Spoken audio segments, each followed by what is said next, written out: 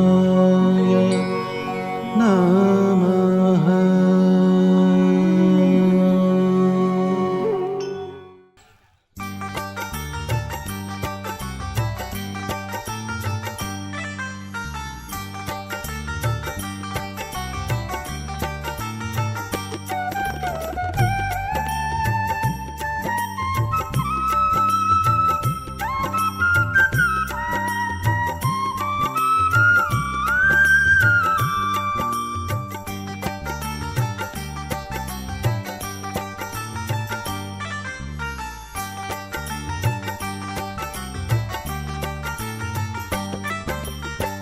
रसिया के रूप में अटल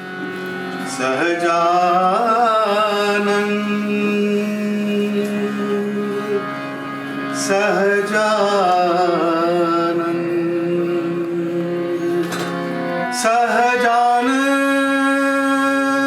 सहजानंद सहजानंद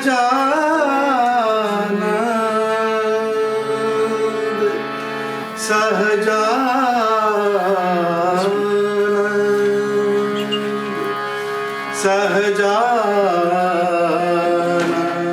सहजानंद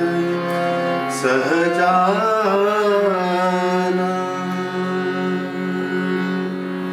मुख जोई मन रयो मोही सहजानंद तारो मुख जोई मन रयो मुख जोई मन रयो मोही सहजानंद तारो मुख जोई मन रयो मोही अवर पुरुषनी आस तजी छे अवर पुरुषनी आस तजी छे तम विना नव गमे कोई मीठड़ा बोलाजी मूर्ति तारी मीठड़ा बोलाजी मूर्ति तारी प्यारा में चित्मा प्रोई सहजानंद तारो मुख जोई मन रयो मोही कमल नैण कंकोड़ेल वाला कमल नैण कंकोड़ेल वाला हेत भर्या अति दिसे दोई हेत भर्या अति दिसे दोई निष्कुळानंद नाथ तमारू निष्कुळानंद नाथ तमारू रूप जोई दिल दाज खोई सहजानंद तारो मुख जोई मन रयो मोही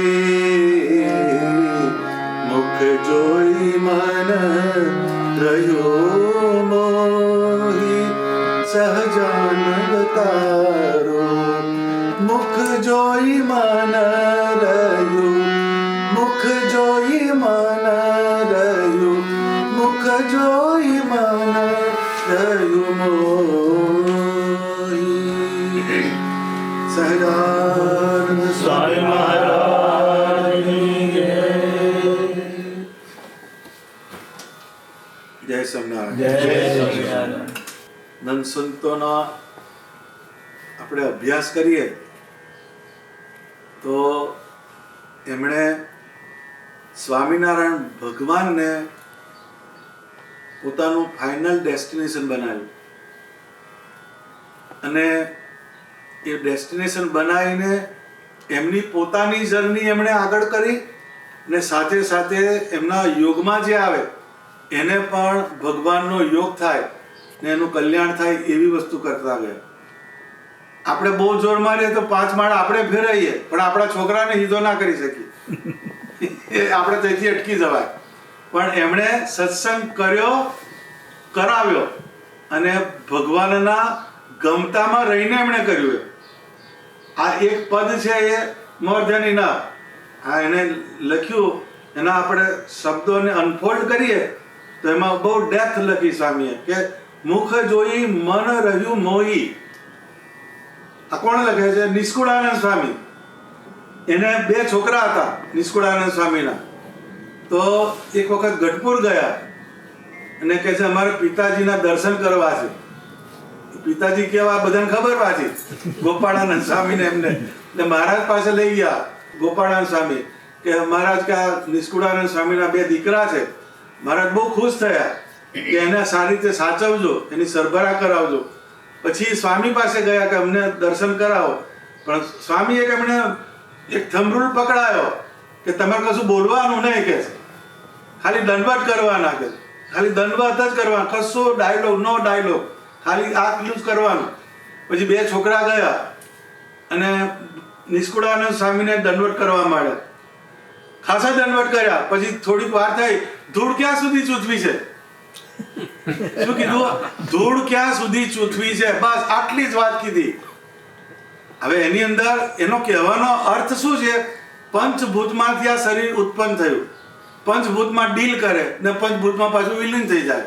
કેમ કે આ તારે આ ધંધો ક્યાં સુધી કરવાનો? કે ઘર છોડ, આ તારો વ્યવહાર છોડ, ભગવાનમાં જોડા, બીજો કશો ડાયલોગ જ નહીં.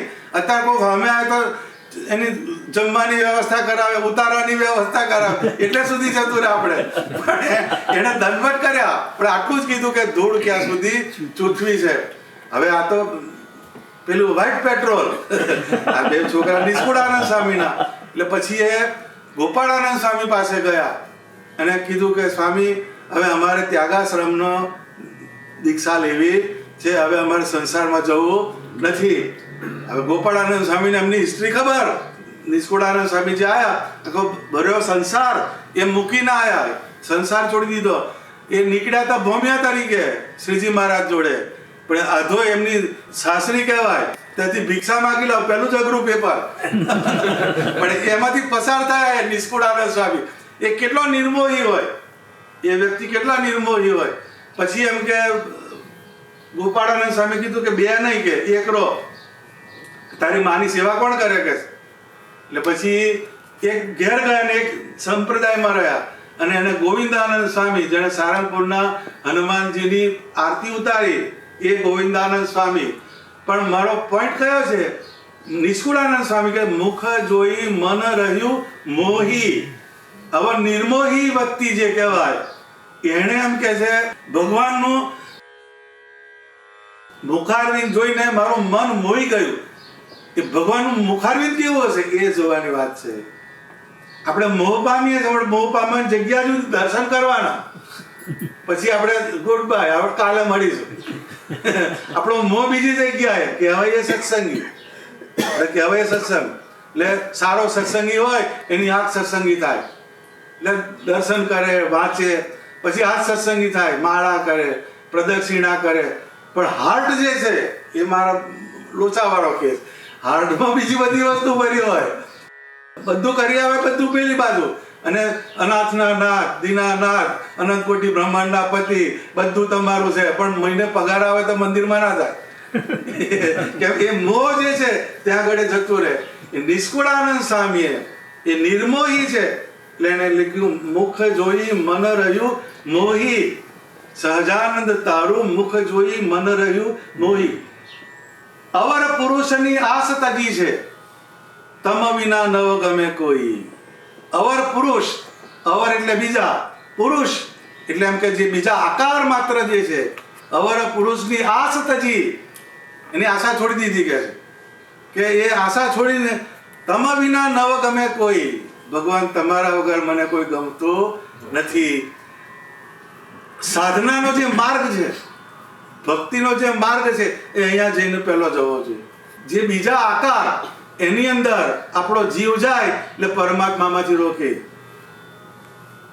આખી સીધો જ ગણિત એનું કે જે હિન્ડરન્સ જેને મોતિયો આવે ને, મોતિયો કેટરેક્ટ કે છે, કેટરેક્ટ. હવે મોતિયામાં કશું ને આગળ એક લેયર બાજી જાય છારી, એ લેયર બાજી ગયું એટલે પેલું બ્લર દેખાય, બધું ઝાંખું દેખાય. સારું ઝાંખું દેખાય છે, ચેક કરાય તો કે મોતિયો આવ્યો છે. એ પેલું આગળનું લેયર હટાવે એટલે પાછું એનું એ દેખાવા મળે, બધા ફોકસ થઈ જાય. એ લેયર્સ જેટલા રહે એટલો મોહ વધે. ભગવાનના આકારમાં તમે વૃત્તિને જોડો એટલે લેયર છેદવા મળે. એ નિષ્કુળા જે મંત્ર આપણે બોલીએ એ જ બોલતા હતા ને. એમનું વચનામૃત જુદું નતું, એમનું વચનામૃત જુદું હતું. આપણે જે વાંચીએ એ જ વાંચતા હતા. એને ઊભો સંસાર કેમ મૂક્યો? તો કે એણે પરમાત્માના આકારમાં જોડે અવર પુરુષની આસ તજી, તમ વિના નવ ગમે કોઈ. મીઠડા બોલાજી મૂર્તિ તારી, પ્યારા મેં ચિત્તમાં પ્રોઈ. આજે ગાવાની જે વસ્તુ છે ને એ એમાં પણ પોરવવાનું દેખાશે.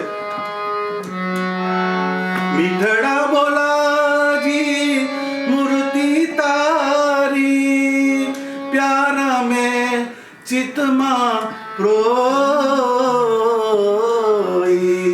પરોવે ને એની આ વાત છે.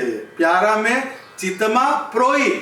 આ પરોવાની વાત આવે તો હાર તમે પરોવો, હાર તો પહેલી સોય દોરો કરવો પડે છે. સોય એટલે સોયને આમ સ્ટેડી કરવી, પણ પાર્કિન્સન હોય એનાથી ના પરોવાય. આ સ્ટેડી જોઈએ. એટલે ભગવાનના આકાર તરફ જવું હોય, નીડલની જગ્યાએ મૂર્તિ, દોરાની જગ્યાએ વૃત્તિ, બરાબર. એટલે જ્યારે પરોવાની વાત આવે તો જેના તેનાથી પરોવાતું, એટલે ભાઈ હોય દોરો પરોવ્યા એટલે એમ ક્યાં છે. એ પરોવાની જે વાત છે એ બહુ અગત્યની વાત. પ્યારા મેં મીઠડા બોલાજી મૂર્તિ તારી, પ્યારા મેં ચિત્તમાં પ્રોઈ. તમે એક મૂવી જોયું હોય, બહુ ગમી ગયું એટલે લાને ફરી જો, રિપીટેડલી આપણે જોઈએ છીએ. કેમ? એમાં વૃત્તિ પરોવાઈ ગઈ.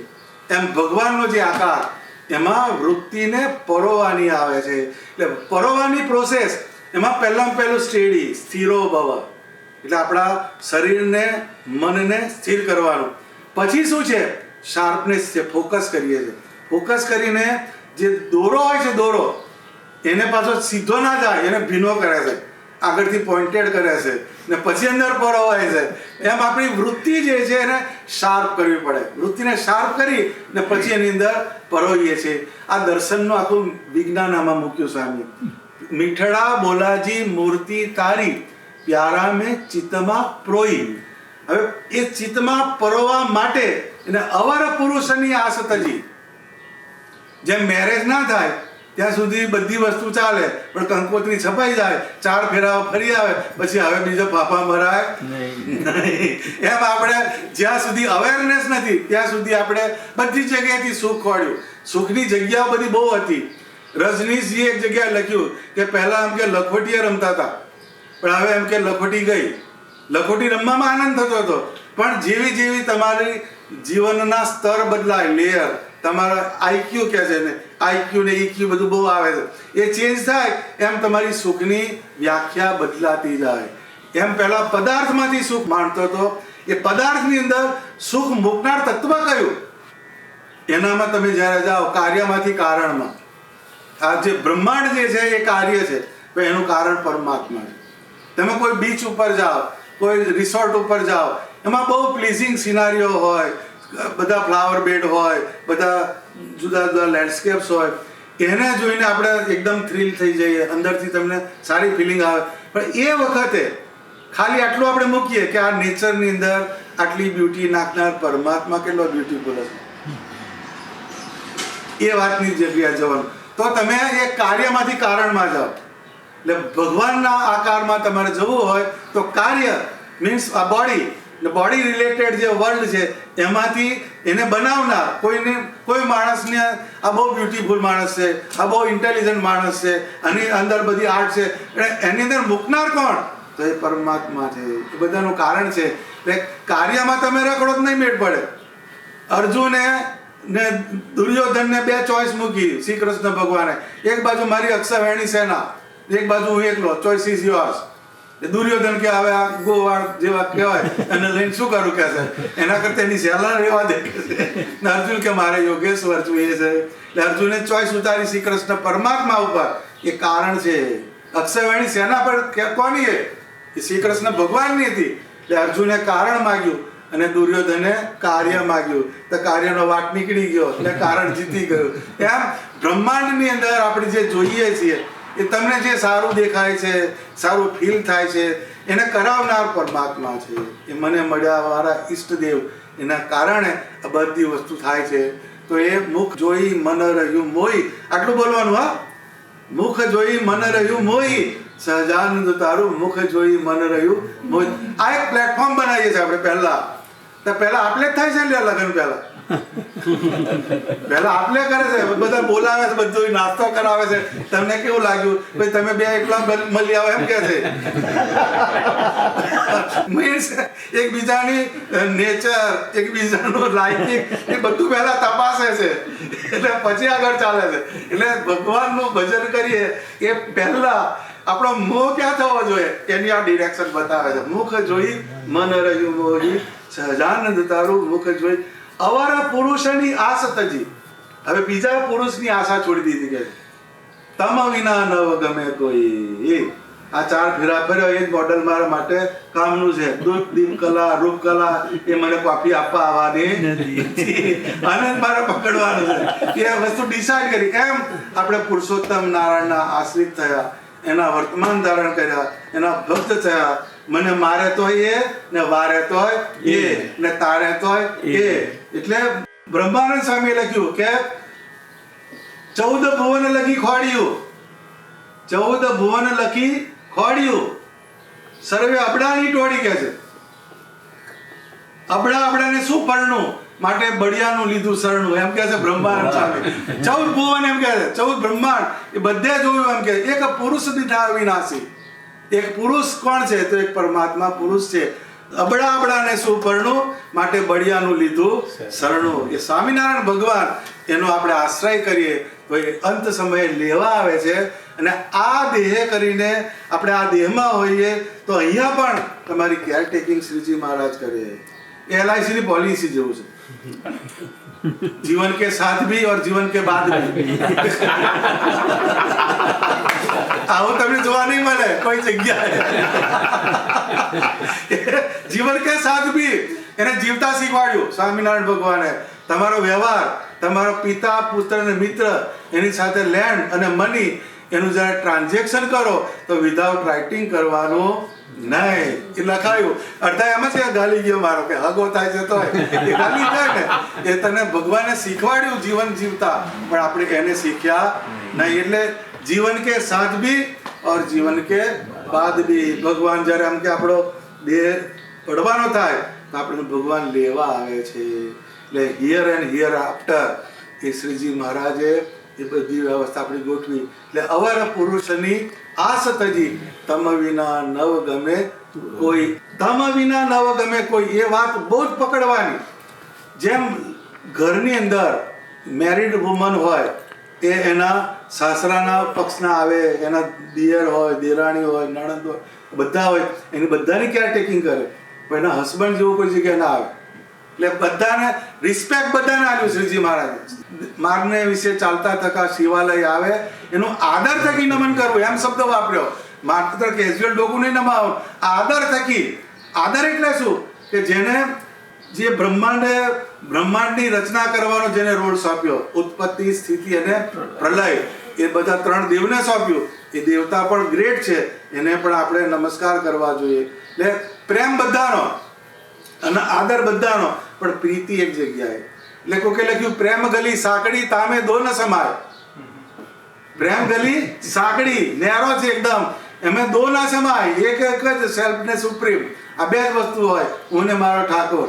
આ 2 જ વસ્તુ આવે. આ ઉપાસનાની લાઈન. ભક્તિ જે છે એનો ઉપાસના. ભક્તિના પ્રદેશમાં તમે બધાના કીર્તન બોલો છો, બધાની જય બોલાવીએ છે, એ ભક્તિનો પ્રદેશ છે.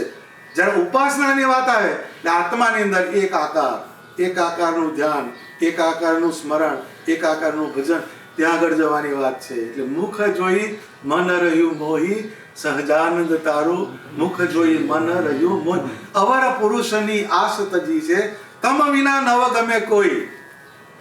એ આખી વાત જે છે બહુ સમજવા જેવી.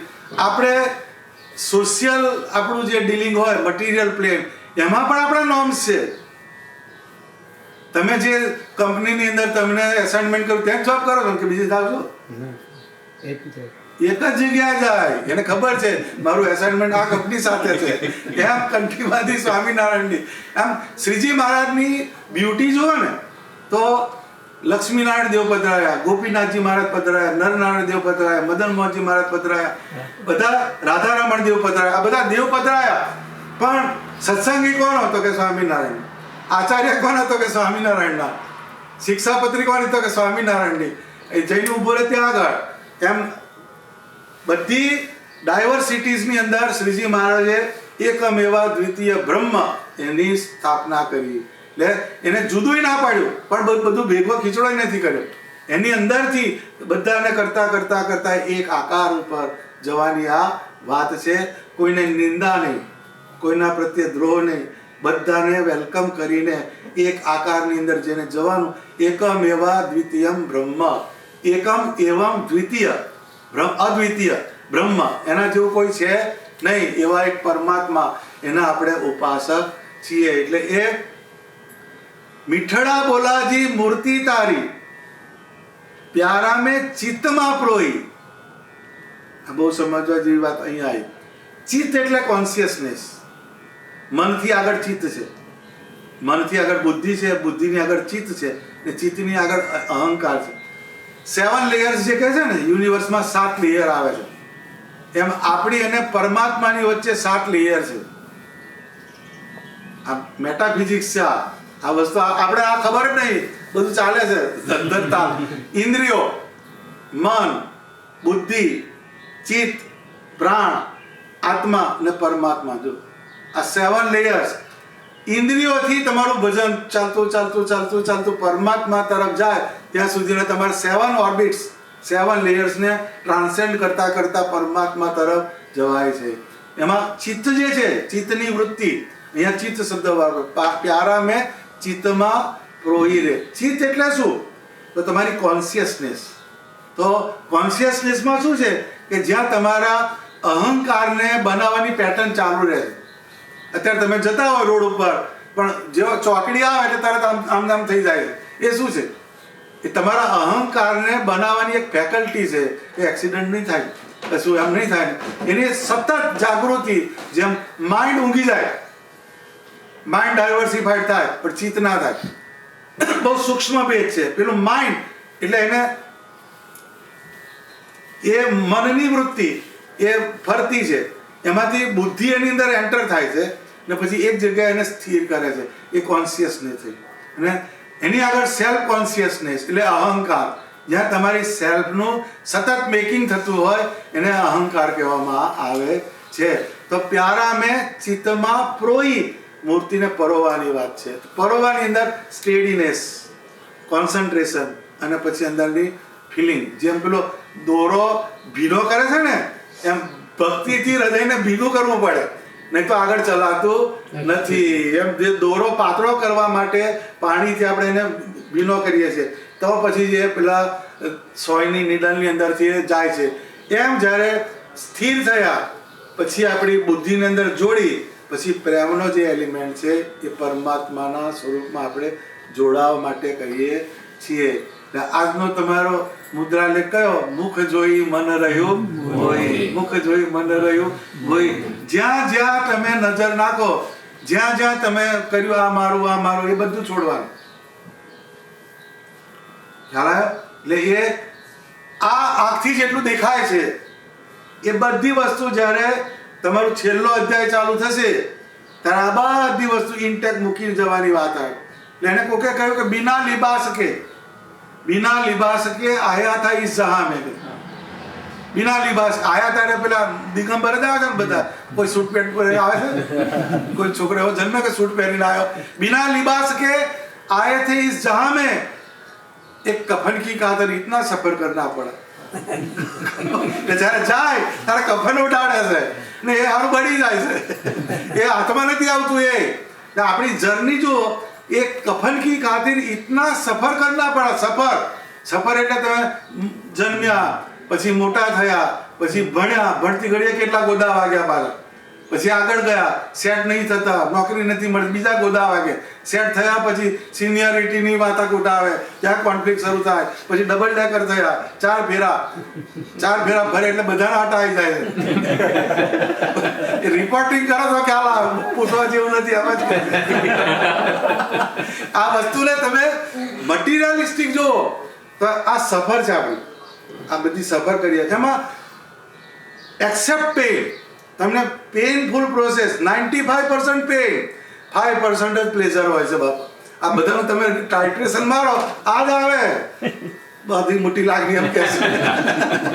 કહેવાનો અર્થ શું છે કે તમે જે પ્લેન ઉપર જર્ની કરો છો એમાં તમે ભલે તમે ગમે એટલે એફર્ટથી કઈ વસ્તુ સંપાદન કરી, પણ જ્યારે તમારા અનટિલ લાસ્ટ તમારા લાસ્ટ બ્રીથિંગ આવે તો જોડે ચાલનારી વસ્તુ કઈ. આટલી સફર તો કરી પણ છેલ્લા હાથમાં કયું આવે? કફન. એની આગળ કશું જ નહીં. પણ જનમંગલના પાઠ કર્યા, મંત્ર જાપ કર્યા, માળા કરી, દંડવત કર્યા, એ તમારું ક્રેડિટ થાય છે. એ કેરી ફોરવર્ડ થતું આગળ લઈ જાય તમને. ચાલનારી વસ્તુ આટલી એટર્નલ વસ્તુ, જેટલી બધી વસ્તુ પંચભૂતમાંથી જે આવ્યું એનો પડી રહે. પંચભૂતમાંથી તમે જેટલું એચિવમેન્ટ કર્યું એ અહીંનું અહીં જ આવે. જેમ તમે અહીંથી કેટલા વર્ષથી સેટ થયા? હા, અમેરિકા કેટલા વખતથી સેટ થયા? 37 બરાબર. કેટલો એફર્ટ મૂક્યો? પેલો સ્નો પડે તારે આમ કરીને પાવડો દુખી ગયા. ખ્યાલ આવે છે? તો એ બધી વસ્તુ તમે ઉપાર્જન કર્યું, પણ છેલ્લે શું આ? પણ મોહ કેવો છે ખબર છે? આ બધું એવું ને એવું છે, એવું જ કે છે, પણ વડતાલના નામે મકાન નહીં કરે. આ મોહ આવ્યો એટલે કરવાનું નહીં કહેતો. જનરલ સ્ટ્રેટેજી કહું છું. મોહ કેવી વસ્તુ છે, સારું કે જવા દે ને, લોચા વાળું છે બધું, તો પણ તમને એ પેલી બાજુથી છટકવા દેતો નથી. આ મોહ કહેવાય. મોહ જે છે, મોહ ઇઝ ઓલવેઝ બ્લાઇન્ડ. મહાભારતમાં ભીષ્મને આંધળા બતાવ્યા. નોટ નેસેસરી કે આંધળા હશે, આપણે એમાં પડવું નથી, પણ મોહ જે છે ધૃતરાષ્ટ્ર એ આંધળો જ હોય. એને કૌરવો અને પાંડવો વચ્ચે ઇનજસ્ટિસ જ કર્યો. કોઈ પણ માણસ એવું ના કરે, પણ મોહ તમને બ્લાઇન્ડ કરી દે. એટલે મોહમાંથી નિર્મોહ તરફ જવાનું સાધન કયું કે ભગવાનનો જે આકાર, એની અંદર આપણા ચિત્તની વૃત્તિને જોડવાની, એ તમને મોહમાંથી નિર્મોહી તરફ લઈ જાય. ને નિર્મોહિત બધાને થવું જ પડે છે. જાય કઈ, કારણ કે અહીંથી છૂટે એવું નથી. આ છૂટે એવું નથી, પણ નિર્મોહિત કરે જ.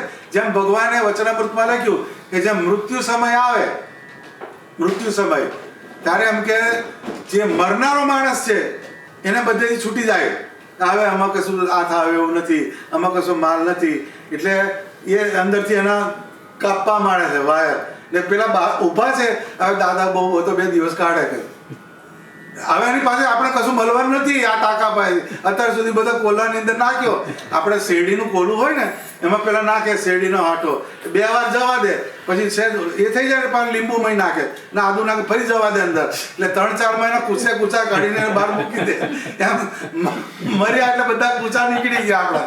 એટલે આપણને જે સરાઉન્ડિંગ હોય એમાં એને ખબર પડે કે આમાંથી કોઈ આવે એવું નથી. ને પેલા સરાઉન્ડિંગમાં જે ઊભા હોય, હવે આ દાદા પાસે કશું મળે એવું સ્વામિનારાયણ. એ નિર્મોહી બધા થાય છે તે કરીએ, પણ આ નિર્મોહી કેવું જાણીને થવાનું. એ નિર્મોહી થાવ તો જ તમે ભગવાનના આકાર તરફ ગતિ કરી શકો છો. અને બાંધનાર મોહ એટલે આકાર માત્રમાંથી વૃત્તિ કાઢી એક પરમાત્માના આકારમાં વૃત્તિને સ્થિર કરવાની. સહજાનંદ તરુણ કિશોર મનોહર છેલો, તરુણ કિશોર મનોહર છેલો, રૂપ કો રસીલો દેખી મુહી ब्रज सखियाँ रसिया के रूप में अटक गई अखियाँ रसिया के रूप